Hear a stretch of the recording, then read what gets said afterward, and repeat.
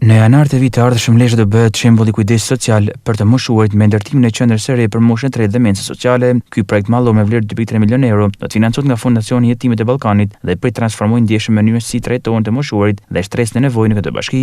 Marrëveshja për ngritjen e kësaj qendre është nënshkruar nga kryeu i bashkisë Pierin Dreu dhe drejtuesi i fondacionit Halil Kastrati, duke i hapur rrugë një projekti që përfshin ndërtimin e një infrastrukture moderne dhe funksionale, ku të moshuarit do të marrin kujdes të integruar shëndetësor, social dhe psikologjik. Sot ne nënshkrujmë marrëveshjen e fillimit të punimeve për qendrën e moshës tretë që shkon me një investim prej 2 milionë euro nga Jetimit e Ballkanit, plus arredimin që merr përsipër Bashkia e Lezhës. Do jetë një ndër projektet më të mira që në Shqipëri nuk besoj se është parë në kundër. Do ketë edhe kuzhinë ditore për të varfrit, përveç se qendrën e moshës tretë.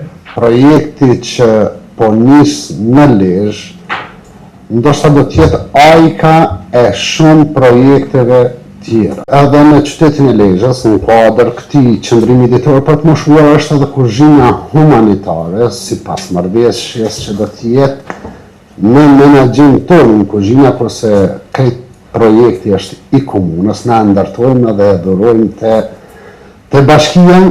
Drejtoresha e Shërbimit Social në Bashki Martë Fetaj vuri në duke se qendra aktuale nuk i përmbush nevojë dhe kapacitetet e kërkuara, ndërsa projekti i ri do të dyfishojë hapësirat dhe shërbimet. Ne aktualisht kemi një qendër modeste ku frekuentohet mbi 100 të moshuar çdo ditë dhe në momentin që do kemi këtë qendër, besoj që do jetë ndër krenarit më të mëdha jo vetëm në Bashkinë e Lezhës, por edhe për ju që sa herë të ktheheni në Lezhë ta kuptoni se sa mirë keni bërë për këtë target group në nevojë.